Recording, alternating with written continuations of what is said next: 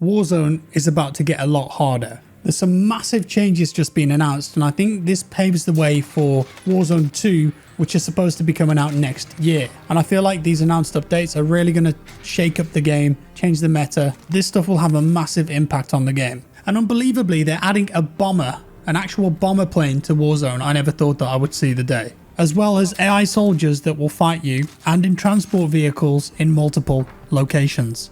But let's get stuck in. Let's take a look at the first thing here. Nebula 5. And this is like a weird yellow substance, a gas that they showed in the trailer for Season 2. I think it's linked to zombies in some way. It probably is. I don't really know my zombies history that well. But it says that Nebula 5 is meant for large-scale armaments, but can be used for small arms, ammunition, and bombs, both found in extremely small quantities around Caldera. And this is found on the ground as a field upgrade like stopping power or dead silence in Warzone. And whilst it's no stronger than regular bullet, so if you put it in, it isn't going to be like stopping power where it does double damage or whatever it was, but it does have one major exception. If you get downed by Nebula 5 ammo in that one magazine, you will start emitting a poisonous gas cloud from your body. And then anyone that attempts to revive you, or anyone standing nearby you within a few feet, will face similar complications to the circle collapse exposure, which means that your character will start to cough, you'll get blurred vision, and a slight amount of damage over time. And that can apply to your health, or it can actually reduce your gas mask duration. So if you're in the proximity of nebula gas, it will start eating away at your gas mask too. So that's a way to counter it, but it's not for free.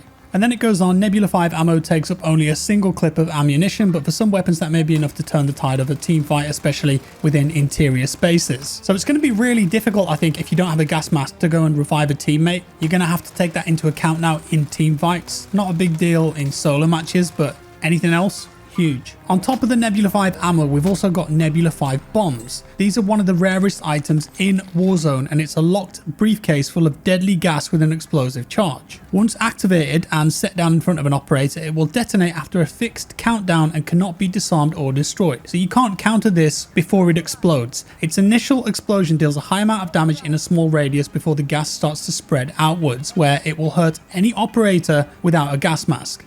The gas lingers for 2 minutes before ultimately dispersing or feeding into the oncoming circle collapse. Operators can potentially outrun this explosive aftermath just as they would the circle collapse, but in terms of an area denial tool, the Nebula 5 bomb is a powerful force if you can find it. So I think that will be quite useful if you're in a building or something and you want to create a choke point between you and an enemy squad so you can make an escape or get a bigger tactical advantage so they can't push through that unless they're wearing gas masks. And then next, there's new field equipment. This is the Portable Decontamination Station, the PDS, and it says despite its toxicity, Nebula 5 can also be temporarily dispersed. The PDS is a portable device that filtrates air for several seconds, protecting anyone inside from the circle collapse or Nebula 5 gas. You heard me say that correctly. You can actually put a PDS station up by the sounds of it, and not only will it protect you from the new Nebula gas, but also the circle collapse. This seems very similar to the things that they have in Apex, where you can make a bubble inside the gas and be safe for a few moments to get your health back, loot, whatever you were going to do. That's coming to Warzone now, so I think this will be a great survival tool, and it will also make for some epic clutch plays towards endgame in the gas. These devices impact all operator attack maps, so that's the minimap, allowing everyone to see where they're currently activated, and they can be destroyed by explosives or ballistics. And next is the armored transport. Look at that thing. It looks absolutely mental. The Axis deployed multiple vehicles to carry Nebula 5 and its derivatives around Caldera. These unstoppable steel behemoths remotely roll on a set looping path, attacking those within its immediate vicinity with its 2 machine gun turrets. Operators also need to avoid the mines it drops behind it, as well as the aerial support that it calls in should it drop to low health. Upon destruction, the armored transport trucks will drop incredibly valuable items, including in the rarest cases an intact Nebula 5 bomb. So this seems like a surefire way to get yourself some Nebula 5 bombs or ammo. And this is just AI essentially that will go around the level shooting at players. There's a similar thing in one of the PUBG maps, but I've not really played that much, so I can't comment on how it is, but it's definitely going to be an interesting distraction in Warzone, and it'll add another layer to the combat. This is not just PvP anymore, this is PvPvE now. And then we've got the bomber. Kind of looks like a B-17, doesn't it? The second aerial vehicle in Vanguard modes in Warzone, the bomber is a formidable air-to-ground striker capable of leveling infantry and vehicles. So it's only going to be in the Vanguard Battle Royale modes. So if you want to play without planes and without that bad boy, just stick to normal BR, that's fine. Bombers can also destroy loadout drops, which can fundamentally change how operators approach these powerful sources of weapons. While this new aircraft can shatter anti-air guns and destroy ground level threats, it may meet its match when confronting the fighter plane, which continues to be available in Vanguard Royale. Alternatively, drop into a stationary or truck mounted AA gun and bring down these airborne behemoths with vim and vigor. I expect it's going to be quite tanky then, because if you can just bully it with planes, it might go down really easily. So I imagine that's going to be quite strong. Furthermore, players can expect to see health decreases to both planes as part of this update, making them easier to shoot down should they pose a threat to you or your squad. It doesn't say how many people can actually go in this. There were rumors that it's 4. In that case, a full squad could get in, fly around, rain down some pain from above. COD starts to become a bit more like Battlefield again. We'll see how it is. And then there's this, which we've also seen in PUBG, the Redeploy Balloon. Shown on the TAC map as a blimp icon, the Redeploy Balloon is a ticket back to the skies to reposition thousands of meters away from your set location. Operators can ascend to the top of the balloon via a zip line tethered to the balloon and then leap off at the top and deploy their parachute to cover great distances. So it's very similar again to the one that's in Apex. Attach, go all the way up to the top.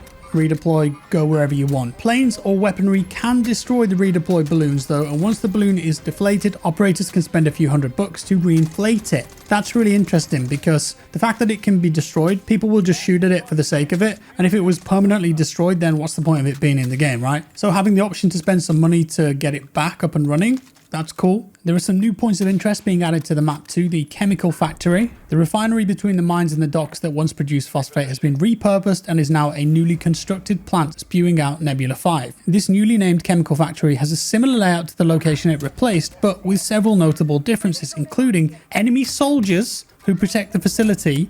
That's AI guys, again more AI, PvPvE, and a trap that can be sprung in the central building. There are several more interior spaces to explore, from the main factory floor to watchtowers with impressive sightlines over the facility and its surroundings. The river runs green with Nebula 5's byproduct, but it is completely harmless. Squads who infiltrate this highly lethal area will walk away with more valuable loot on average, which may help in the ensuing fight against both the Circle Collapse and Nebula 5 bombs. This is huge for Warzone. AI soldiers roaming certain areas of the map that you can fight, they drop loot. Maybe they'll be part of quests in the future. This is really going to give people something new to do, bring players together when there's a bit of downtime. And if you remember, they did have AI soldiers that shot at you in the Nakatomi Plaza update, but the difference here is that back then it was all under the ground and they weren't much of a big deal. Not many people actually went and did that. But these are going to be out in the open, actually on the map doing things. They are at other locations too. It's a big deal. Next new location is the Underground Chemical Weapon Research Labs. According to current intel, the Axis operated 7 research laboratories around the island, hiding them underground and guarding them with small squads of soldiers. Expert trackers may have already found these lab locations around Caldera, but the average operator may find them thanks to several hand-drawn yellow circles on their TAC map. With only one way into these facilities, your squad better have an escape plan before the circle collapse, or enemy squads threaten your chance at walking away with phenomenal loadout items, which may include gas masks and Nebula 5 ammo. So these will be a hotspot for that new good stuff. In a way, it kind of sounds like a bit of a callback to the bunkers on Verdansk. And a big change is coming to Rebirth as well. As Caldera's secrets come to light, something lurks within Rebirth Island shadows. Expect substantial changes to the prison island during the mid-season update. Expect more intel about the reinforcements to come mid-season, as well as other important updates from lead studio Raven Software via patch notes. Season 2 will include a number of quality of life changes, including having the gas mask animation no longer interrupting operators who are aiming down the sights. Thank you very much. So look out for everything coming with this update over the next week. In the big image they release of everything in Season 2 as well, we can see that Rebirth is changing. New look to the map, Rebirth Reinforced they're calling it. And there's going to be 2 new weapons, the KG M40 and the Whitley. And that's about it. There's some more stuff about Vanguard Season 2. That looks like it's got a new game mode with tanks and different vehicles in. So maybe the Vanguard version of Ground War could be coming. Would love to try that. And that's all. It's a pretty big update for Warzone. On the surface from that blog, looks like it's going to be playing quite differently. Lots of interesting new things to do. We'll have to wait and see. If you guys could let me know your thoughts down in the comments below, that would be great. And also leave a like if you enjoyed the video. Thank you. As always, guys, if any of you do get the season pass next week or get any blueprints or whatever, do consider using my code in the COD store, JackFrags and Caps, and I'll get a bit of kickback from that. That's all, guys. Cheers for watching again. I'll see you next time.